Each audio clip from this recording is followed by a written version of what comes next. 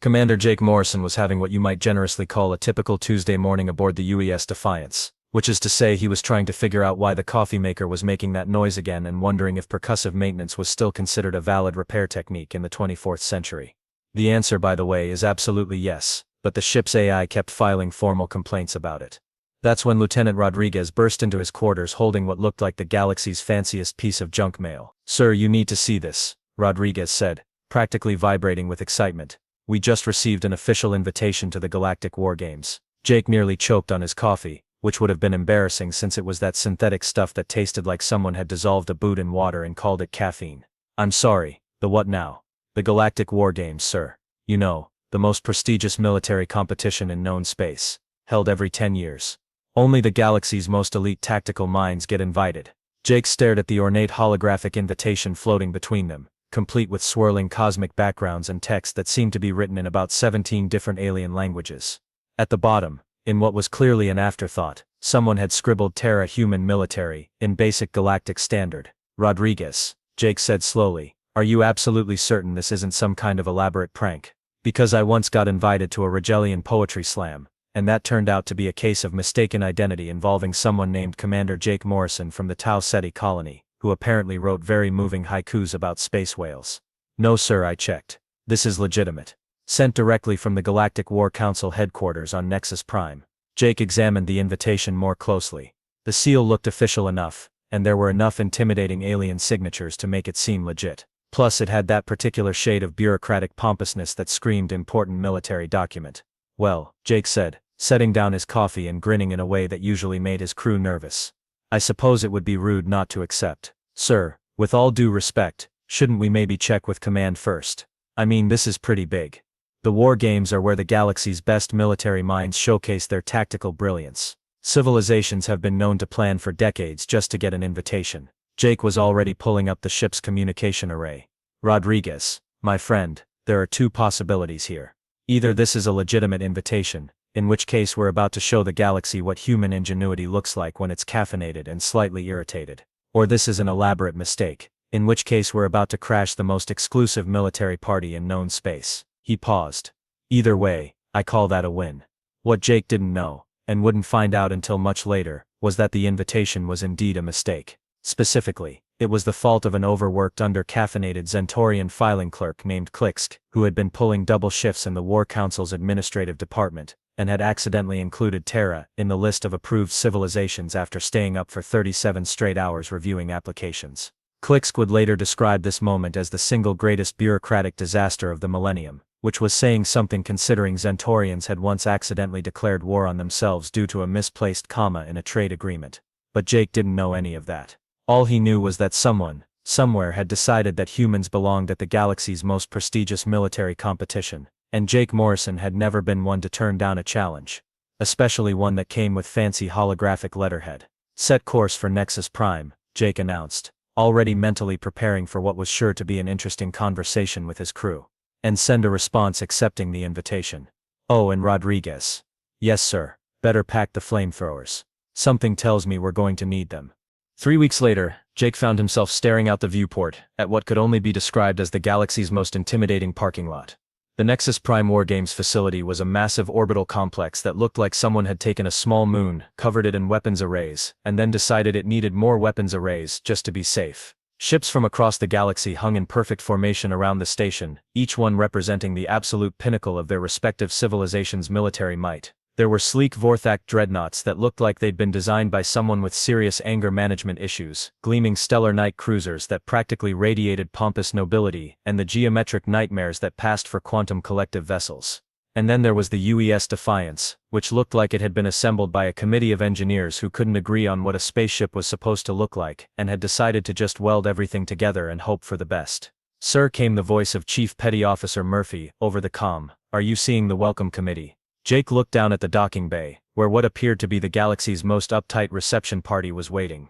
There were beings in elaborate uniforms, ceremonial guards, and enough brass to build a small space station. "Oh good," Jake muttered. They brought the fancy hats. The docking procedure was surprisingly smooth, right up until Jake and his team disembarked and immediately caused what diplomatic historians would later refer to as an incident of cultural misunderstanding. Specifically, Jake walked up to the reception committee and said, "Hey there, sorry we're late. Traffic was murder, and our GPS kept trying to route us through a black hole." The silence that followed was the kind of silence usually reserved for funerals or tax audits. The first to recover was General Grimfax of the Vorthak Empire, an imposing figure who looked like someone had taken the concept of military discipline and given it claws. "You are the human delegation, that's us," Jake said cheerfully. "Commander Jake Morrison, and this motley crew of troublemakers represents the finest that Earth's military has to offer, which should probably concern everyone." Behind Grimfax stood Sir Valorian of the Stellar Knights, resplendent in armor that looked like it had been polished by angels and cost more than Jake's annual salary.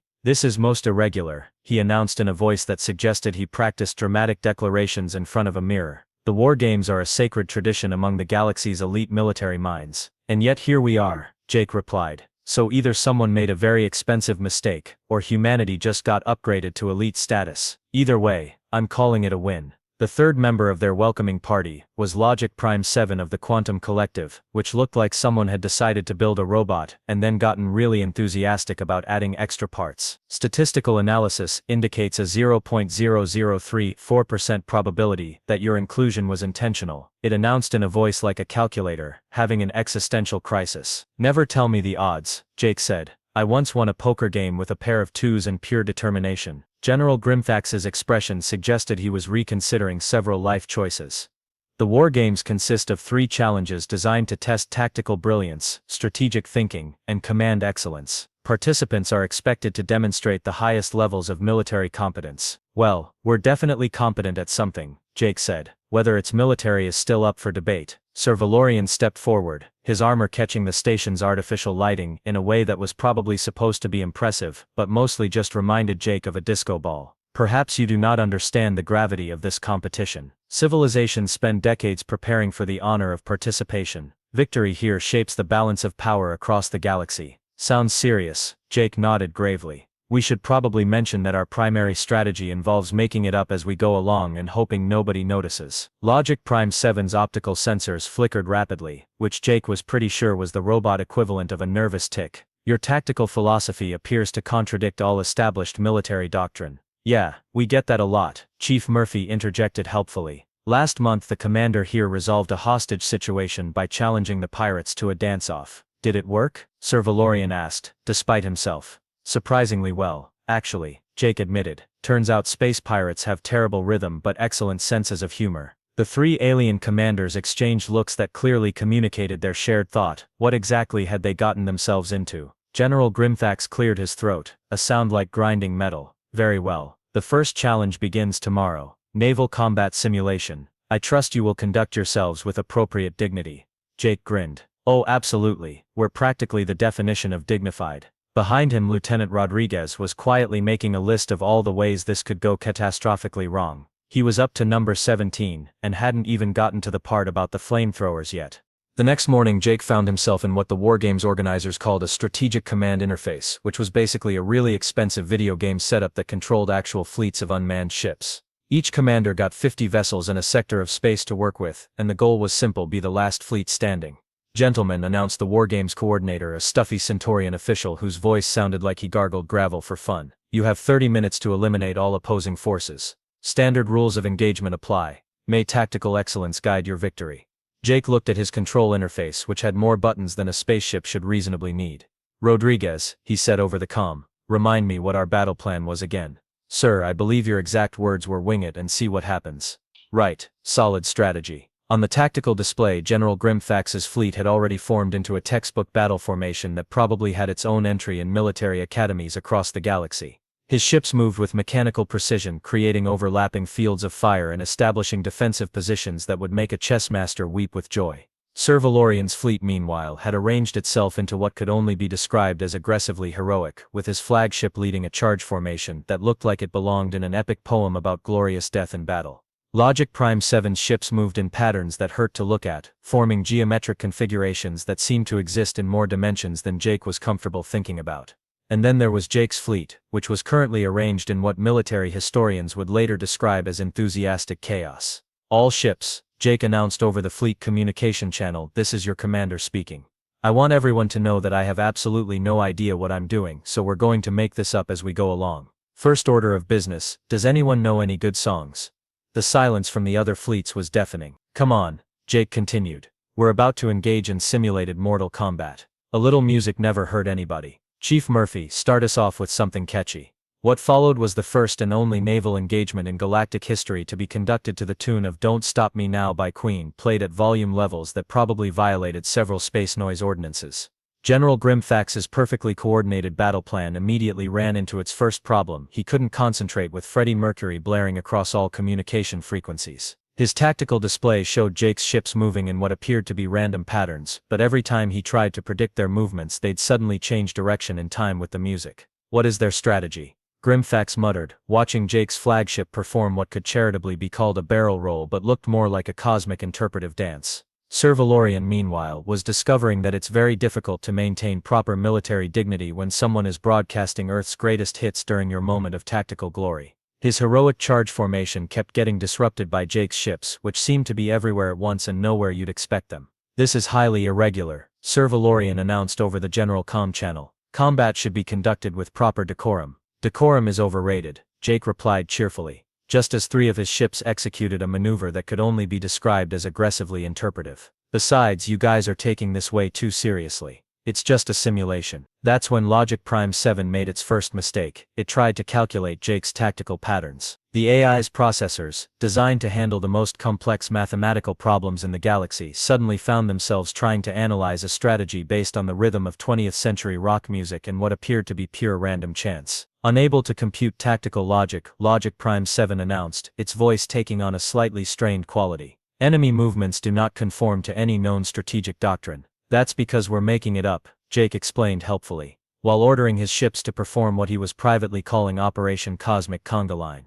The secret to our success is that we have no idea what we're doing, so neither do you. Grimfax watched in growing horror as his carefully planned formations were disrupted by ships that seemed to be moving to their own personal soundtrack. Every time he tried to establish a firing solution, Jake's vessels would suddenly scatter in directions that made no tactical sense but somehow kept them out of the line of fire. Sir Valorian's fleet, committed to their heroic charge, found themselves chasing shadows as Jake's ships danced around them like caffeinated butterflies. Stand still and fight with honor, Sir Valorian demanded. Honor's great and all, Jake replied, but have you considered the tactical advantages of not being where people expect you to be? The battle reached its climax when Logic Prime 7, in a desperate attempt to restore some semblance of logical warfare, deployed its ships in what it calculated was the mathematically perfect formation to counter Jake's chaos. This turned out to be a terrible mistake, because Jake's response was to order all his remaining ships to ram Logic Prime 7's formation while playing Highway to Hell at maximum volume. Ramming speed is not a recognized tactical maneuver, Logic Prime 7 protested, just before half its fleet disappeared in a spectacular display of simulated explosions. It is now, Jake grinned, watching as the last of his opponent's ships either exploded, retreated, or in Sir Valorian's case, seemed to be having some kind of existential crisis about the nature of honorable combat. The War Games coordinator stared at his displays in stunned silence. The winner of the first challenge is the human fleet. Huh, Jake said, genuinely surprised. Would you look at that? The second challenge took place on an artificial planet that the War Games organizers had built specifically for military simulations. It was a masterpiece of tactical complexity, varied terrain, defensive fortifications, civilian populations to protect, and enough strategic choke points to make any military academy instructor weep tears of joy. Each commander was given a battalion of holographic troops and tasked with capturing the enemy stronghold while minimizing collateral damage. It was, according to the briefing materials, designed to test strategic thinking, tactical flexibility, and adherence to the laws of warfare. Jake stood in the command bunker, looking at a tactical display that showed more colored lines and symbols than a particularly ambitious kindergarten art project. Around him, his human team was doing what they did best, finding creative ways to ignore standard operating procedure. Sir, reported Sergeant Collins, the team's demolitions expert who had an unhealthy fondness for things that went boom, I've reviewed the mission parameters, and I have some concerns about the phrase minimal collateral damage. What kind of concerns? Jake asked, though he was pretty sure he didn't want to know the answer. Well, sir, it's very limiting from a creative perspective. On the other side of the command center, the alien commanders were conducting their final briefings with the kind of military precision that made Jake's teeth itch. General Grimfax had laid out a battle plan that looked like it had been designed by someone who really loved geometry and had strong opinions about the proper way to advance through urban terrain. Phase 1, Grimfax was explaining to his holographic battalion leaders, we establish forward operating bases here, here, and here. Phase 2, we advance in coordinated waves while maintaining communication protocols. Phase 3, we execute a pincer movement to isolate the objective. Sir Valorian, meanwhile, was giving what sounded like a pre-battle speech from a medieval epic. Today, we march not for conquest, but for honor. We shall advance with courage, fight with nobility, and victory shall be ours through righteous combat. Logic Prime 7 was conducting what appeared to be the galaxy's most boring math lecture. Probability matrices indicate optimal success through calculated risk assessment. Primary assault vectors have been determined through algorithmic analysis of terrain variables and defensive capabilities. Jake listened to all of this with growing amusement. You know what, team, he announced, loud enough for everyone to hear. I think we're overthinking this. Rodriguez, did we pack the flamethrowers? Yes, sir, along with the comedy arsenal. Perfect. Here's the plan. We're going to walk up to the front door, knock politely, and see what happens. The silence that followed was the kind of silence usually associated with natural disasters or major diplomatic incidents. Sir, General Grimfax said slowly, that is not a plan. That is barely even an idea. Hey, it worked great for pizza delivery, Jake replied. Sometimes the direct approach is the best approach. What happened next would be studied in military academies for decades, though mostly as an example of what not to do under any circumstances. Jake's battalion, instead of following any recognizable tactical doctrine, simply marched straight down the main road toward the enemy's stronghold, while Jake himself walked in front carrying a white flag and a megaphone. Hello there, Jake announced through the megaphone as they approached the first defensive position. We're here for the tactical exercise. Could we trouble you folks to surrender? We brought cookies. The holographic defenders, programmed to respond to conventional military tactics, had absolutely no protocols for dealing with enemy commanders who showed up with baked goods and a cheerful attitude. Behind Jake, Sergeant Collins had somehow acquired a flamethrower and was using it to clear what he generously called tactical vegetation, which looked suspiciously like he was just enjoying the opportunity to set things on fire. Collins, Jake called back. What did we say about the flamethrower? Only use it for tactical purposes, sir. And what tactical purpose is that serving? Morale boosting, sir. The team loves watching things burn. General Grimfax, monitoring the situation from his command bunker, was experiencing what military psychologists call tactical cognitive dissonance. His carefully planned three-phase assault was being completely upstaged by humans who appeared to be treating the entire exercise like a particularly aggressive neighborhood barbecue. They cannot simply walk up to fortified positions. Grimfax muttered, watching his tactical display with the expression of someone whose worldview was being systematically dismantled. That is not how warfare works. Sir Valorian was having his own crisis of military philosophy. Where is the honor in their approach? Where is the glorious combat? They are conducting warfare like they're having fun, suggested one of his aide-de-camps.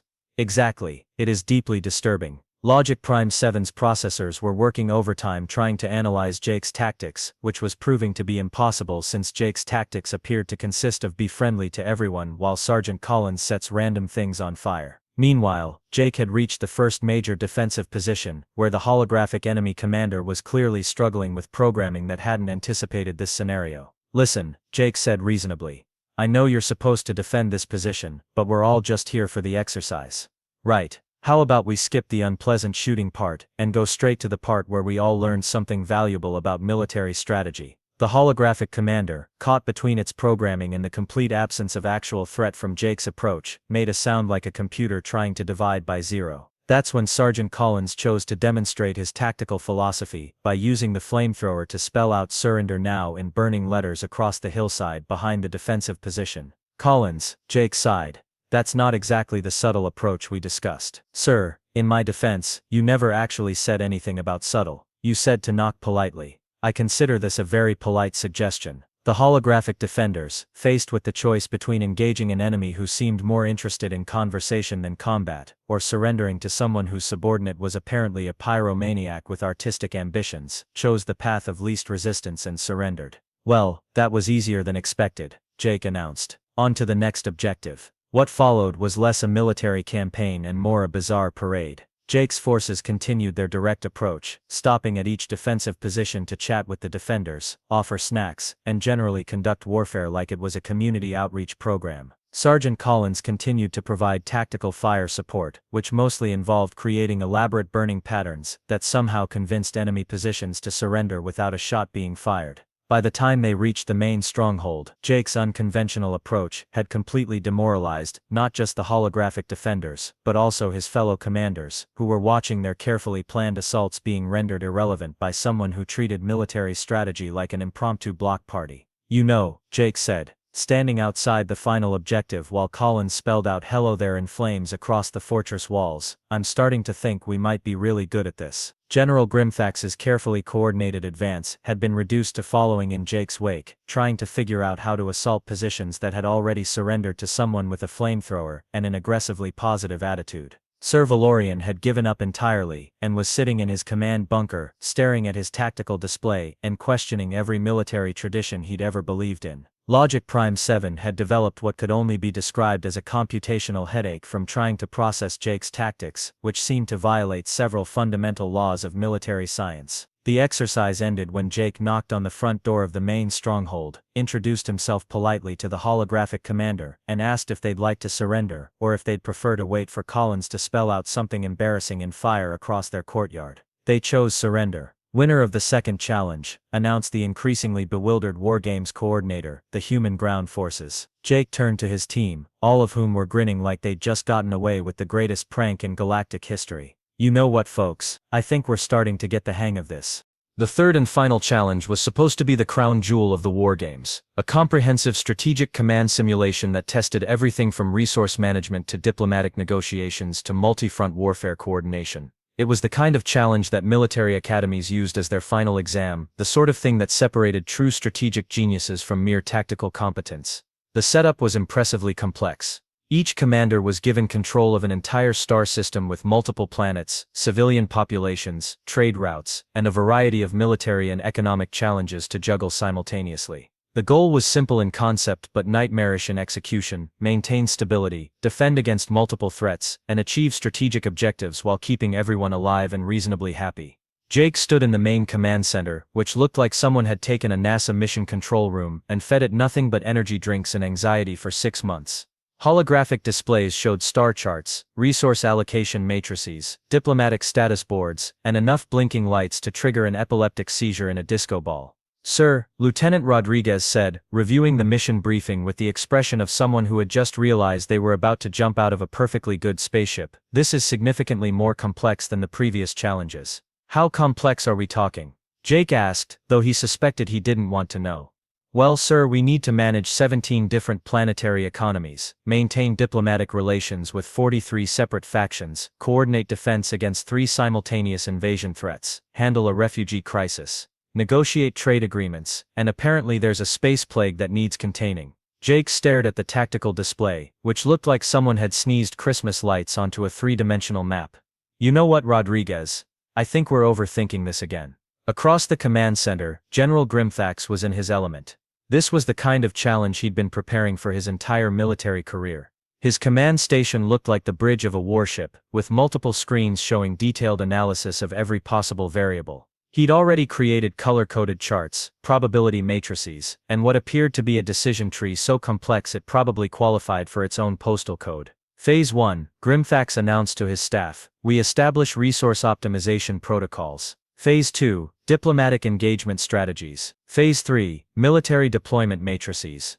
Phase 4, Jake stopped listening around Phase 6, partly because there seemed to be at least 17 more phases, and partly because he was pretty sure nobody should need that many phases for anything that wasn't rocket surgery. Sir Valorian had transformed his command area into something that looked like the war room of a medieval castle, complete with banners and what Jake was pretty sure was a holographic round table. "Noble commanders," Sir Valorian declared to his staff, "we shall govern with honor, defend with courage and bring glory to our realm through righteous leadership." Logic Prime 7 had surrounded itself with so many computational displays that it looked like it was trying to calculate the meaning of life, the universe and everything, while simultaneously solving world hunger and predicting next week's weather on 17 different planets. Initiating comprehensive analysis protocols, Logic Prime 7 announced. Establishing predictive models for all variable interactions. Calculating optimal resource allocation across 4-dimensional strategic matrices. Jake looked at all of this frantic preparation, and made a command decision that would either go down in military history as brilliant or get him court-martialed.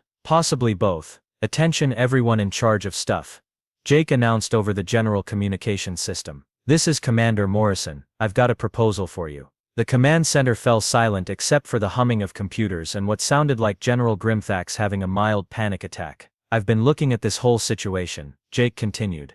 "And it seems to me like we're all trying to solve the same basic problems. We've got refugees who need help, trade that needs protecting, invasions that need stopping, and a plague that needs curing. Now, I'm no expert on galactic politics, but it seems like maybe we should work together on this instead of competing." The silence that followed was so complete that Jake could hear Logic Prime 7's processors whirring. "That is not how the simulation works," General Grimthax said finally, his voice suggesting he was reconsidering several fundamental assumptions about the nature of reality. "Says who?" Jake replied cheerfully.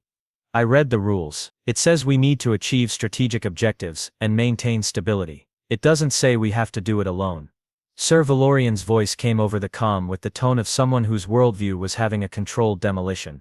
"You propose an alliance, in a competition. I propose we stop treating this like a competition, and start treating it like a problem that needs solving," Jake said. "Grimthax, you're really good at detailed planning and resource management. Valorian, you've obviously got experience with leadership and keeping people motivated. Logic Prime 7, you can probably calculate solutions to problems the rest of us haven't even thought of yet. And we humans, well, we're really good at making things up as we go along and somehow not dying." Logic Prime 7's voice took on a slightly strained quality. "Cooperation protocols were not included in the challenge parameters." "Maybe that's the point," Jake suggested. "Maybe the real test isn't whether we can outcompete each other, but whether we're smart enough to realize that some problems are bigger than any one of us." What happened next would be analyzed by military strategists, political scientists, and philosophers for decades to come. Instead of 4 separate command structures trying to optimize their individual performance, Jake had somehow convinced the galaxy's most competitive military minds to work together.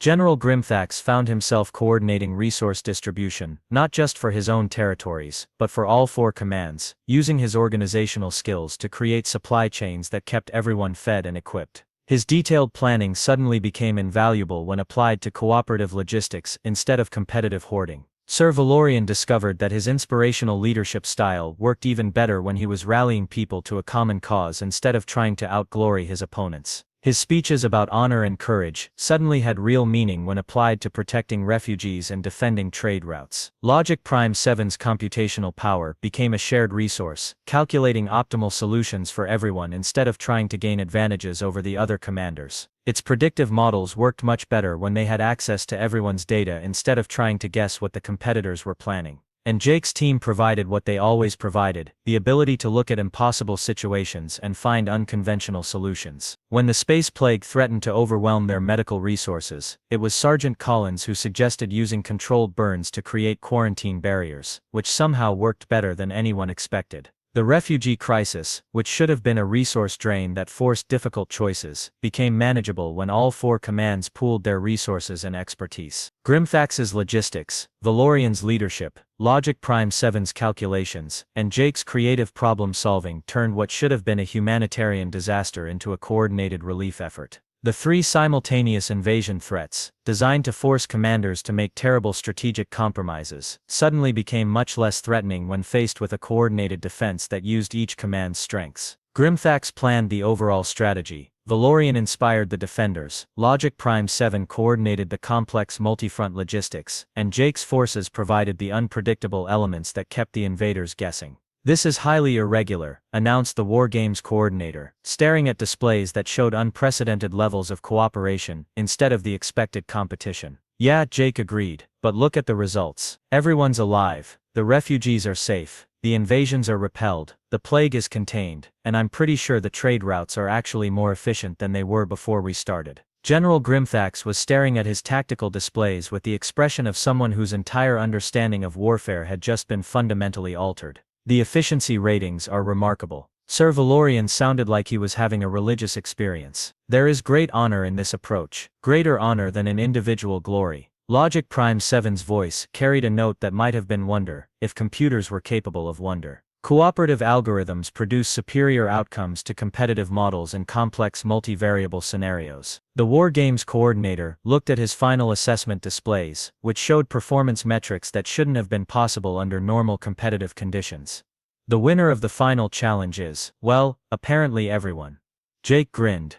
You know what, I think that might be the point. But Sir Rodriguez whispered. What about winning the overall competition? Jake looked around at the command center, where the galaxy's most competitive military minds were working together like they'd been doing it for years, solving problems that should have been impossible for any single command to handle. Rodriguez, Jake said quietly, I think we just did. The awards ceremony was held in the Grand Assembly Hall of Nexus Prime, a cavernous space that looked like someone had decided to build a cathedral and then remembered they were in space, so they'd better add more intimidating architecture and floating holographic displays. Representatives from across the galaxy had gathered to witness what was supposed to be a dignified celebration of military excellence. Instead, they got to watch Jake Morrison accept a trophy while Sergeant Collins stood behind him holding a flamethrower and grinning like he'd just been told Christmas was happening twice this year. The Galactic War Council, a collection of the most serious military minds in known space, sat at the high table looking like they were attending their own funeral. At the center sat High Admiral Vexthera of the Centaurian Empire, whose expression suggested she was reconsidering several major life choices and possibly the fundamental nature of military competition. Ladies, gentlemen, and assorted sentient beings, High Admiral Vexthera announced, her voice carrying the weight of someone who had spent the last 3 days trying to figure out how to explain this situation to her superiors. We are gathered here to recognize the winners of the 2387 Galactic War Games. She paused, looking down at her notes as if hoping they might have changed since the last time she read them. The competition this year was unprecedented. For the first time in the history of the War Games, we had results that our evaluation committees are still trying to understand. Jake stood at the podium, wearing his dress uniform, which he'd managed to keep relatively clean, despite Sergeant Collins' ongoing relationship with things that exploded. Behind him, his team was arranged in what could generously be called military formation, if you ignored Rodriguez quietly taking inventory of all the ways this ceremony could go wrong and Chief Murphy's obvious amusement at the whole situation. The Naval Combat Challenge, High Admiral Vexthera continued with the tone of someone reading her own death sentence, was won by the human delegation through tactics that our military analysts have classified as theoretically impossible but empirically effective. General Grimthax, sitting in the audience, looked like he was still processing the fact that someone had won a space battle by playing Queen songs and treating military formations like a dance number. Every few minutes he would shake his head slightly, as if trying to clear water from his ears. The Ground Assault Challenge, the High Admiral continued, was completed by the human forces using methods that included, and I quote from the official report, aggressive friendliness, tactical snack distribution, and creative applications of flamethrower-based communication. Sir Valorian had spent the last hour staring into the middle distance, occasionally muttering things like honor through cookies, and the glory of polite conversation. His entire worldview of noble combat had been replaced by the disturbing realization that sometimes the most effective military strategy was just being really, really nice to people, while someone with a flamethrower spelled out helpful suggestions and fire. And the final strategic command challenge, High Admiral Vexthera said, her voice taking on the quality of someone who had given up trying to make sense of the universe, resulted in what our evaluation committee has termed unprecedented cooperative success through voluntary abandonment of competitive parameters. Logic Prime 7 sat motionless in the audience, its optical sensors dimmed to what Jake was pretty sure was the robot equivalent of a 1,000-yard stare. The AI had spent the last 72 hours trying to process the fact that cooperation algorithms were more effective than competition protocols, and its processors were still working through the implications for everything it had ever calculated about military strategy.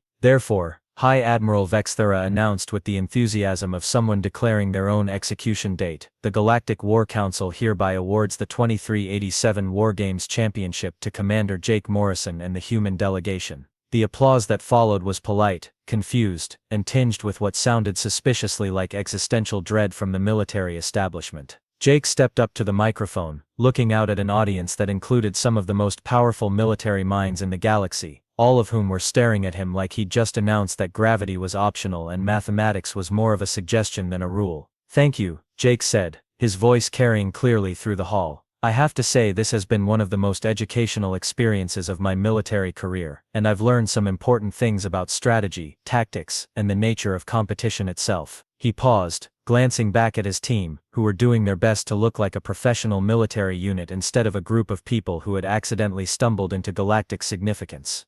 "I've learned that sometimes the best way to win is to change what winning means. I've learned that the most effective strategy is often the one nobody expects, especially if nobody expects it because it's completely insane. and I've learned that flamethrowers are apparently much more versatile than standard military doctrine suggests. Sergeant Collins beamed with pride at this recognition of his artistic contributions to galactic military science. But most importantly, Jake continued, I've learned that some of the galaxy's best military minds are sitting right here in this room, and when they work together instead of against each other, they can solve problems that none of them could handle alone. High Admiral Vexthera leaned forward slightly, her expression suggesting she was beginning to suspect this ceremony was about to take an unexpected turn. Which brings me to my final point, Jake said, holding up the trophy, which looked like someone had crossed a military medal with a small space station and then covered it in enough precious metals to fund a minor war. This trophy is very nice, and I'm sure it would look great on my desk, but I think it belongs somewhere else. The hall fell silent, except for the gentle hum of life support systems and what sounded like several military careers quietly having nervous breakdowns. General Grimthax, Jake said, looking directly at the Vorthak commander, your strategic planning and resource management saved millions of lives in that final simulation.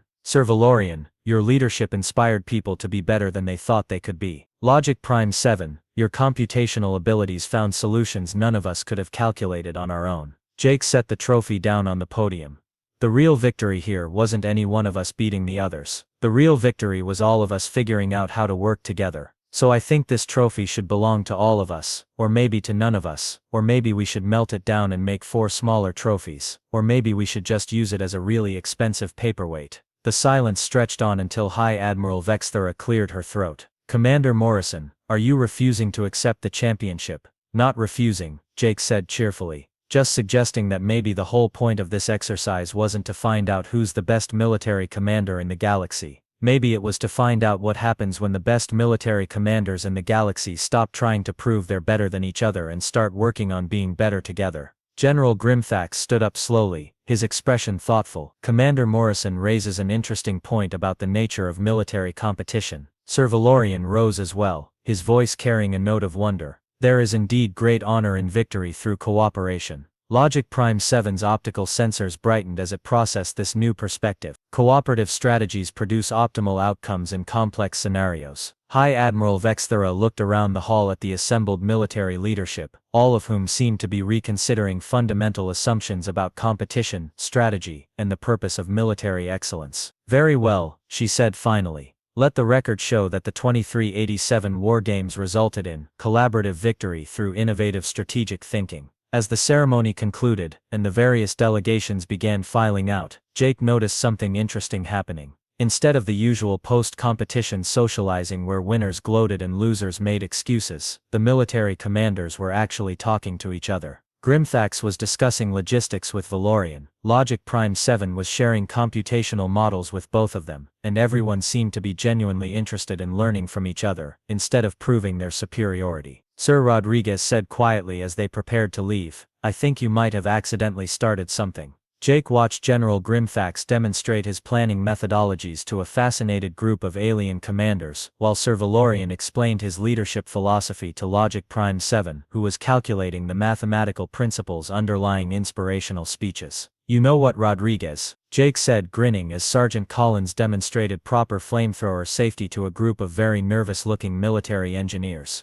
I think that might have been the point all along. As they walked toward the docking bay, Jake's communicator buzzed with an incoming message from Galactic War Council headquarters. He opened it, read the first few lines, and started laughing. What is it, sir? Rodriguez asked. Jake held up the communicator, which displayed an official-looking document with very impressive letterhead. It's a formal notice from the Galactic War Council. Effective immediately, humans are permanently banned from future War Games competitions. Are you upset about that, sir? Jake looked back at the Grand Assembly Hall, where the galaxy's military elite were still engaged in animated discussions about cooperation, innovation, and the creative applications of flamethrower-based diplomacy. Rodriguez, Jake said, I think that's probably the best compliment we've ever received. The message continued with a detailed explanation of why humans were being banned, including phrases like disruptive to established military doctrine, dangerous precedent for competitive cooperation, and risk of further flamethrower-related artistic expression. Jake's favorite part was the final paragraph, which formally thanked the human delegation for their unique contributions to galactic military thinking, while also making it very clear that such contributions were too innovative for the traditional War Games format. So what do we do now, sir? Chief Murphy asked as they boarded the UES Defiance. Jake settled into his captain's chair and looked out at the Nexus Prime orbital facility, where he could see ships from different civilizations docked side by side, their crews probably sharing tactical knowledge and maybe even recipes. Now Murphy, we go home and see what other competitions we weren't supposed to be invited to, Jake said. After all, we've got a reputation to maintain. What kind of reputation is that, sir? Jake grinned as the Defiance pulled away from the station, leaving behind a galactic military establishment that would never be quite the same again. The kind where people look at impossible problems and say, maybe we should ask the humans. They might have a flamethrower. And somewhere in the depths of space, in filing departments across the galaxy, overworked clerks were adding a new notation to their databases. Do not invite humans to any competition unless you want the rules to become suggestions and the flamethrowers to become art supplies. Which, when you thought about it, was probably the most accurate military assessment in galactic history.